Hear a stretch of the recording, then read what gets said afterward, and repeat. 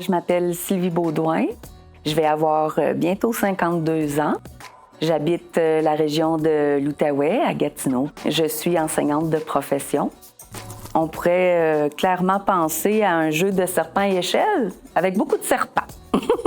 Donc, ça commence en 1985 avec des douleurs lombaires. Et on me dit à l'époque que je suis de type hypermobile, donc hyperlaxe, et que c'est pour ça que j'ai mal dans le dos. Donc, ça continue comme ça. En 2003, sur le marché du travail, la douleur chronique s'installe de plus en plus, donc j'ai vraiment mal dans toute la colonne vertébrale. Puis, c'est parsemé d'arrêts de travail, de périodes d'invalidité. Je vais quand même être en errance médicale, entre guillemets, jusqu'en 2018.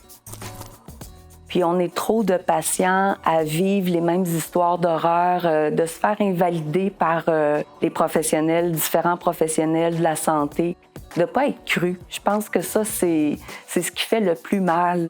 Je participe à la présentation des résultats d'une recherche du professeur Lacasse à travers le groupe d'entraide virtuel de l'AQDC, l'Association québécoise de la douleur chronique. Et je l'entends parler de patients partenaires. Je n'avais jamais entendu ces termes-là. Je suis entrée en contact avec elle.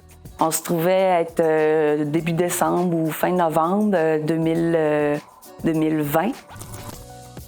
Souvent, les gens mélangent le fait d'être patient partenaire versus d'être participant à la recherche. En fait, participer à la recherche, c'est si jamais je fais une étude, que ça soit pour faire des entrevues ou un sondage, je vais aller chercher, par exemple, des personnes qui vivent avec de la douleur chronique. Elles vont répondre à mes questions, participer à une entrevue, ça va être des personnes participantes à la recherche.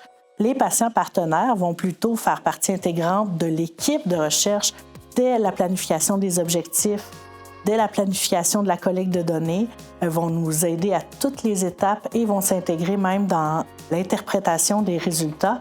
Les patients et patientes partenaires avec qui on travaille nous permettent d'ajouter des objectifs, nous permettent de transformer nos outils de collecte de données pour aller poser les bonnes questions et parfois nous disent « Bon, mais ça marche pas, là, cet outil-là, c'est pas comme ça la réalité. » Ou il y a tel aspect qui est important pour les personnes qui vivent avec la maladie, mais que vous n'avez pas couvert dans votre projet. Donc, c'est vraiment d'avoir une nouvelle lunette sur ce qu'on fait.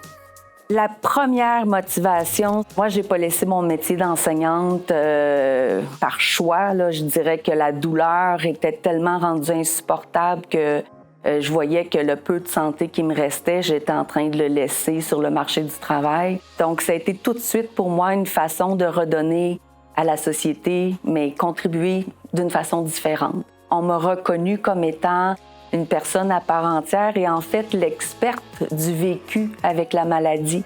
Et ça, c'est un discours franchement rafraîchissant. On venait de valider, dans le fond, mes années de douleur. On venait de leur donner une nouvelle signification. On se pense toujours tellement tout seul quand on souffre de douleurs chroniques, qu'on voit pas de solution, qu'on voit pas de lumière au bout du tunnel.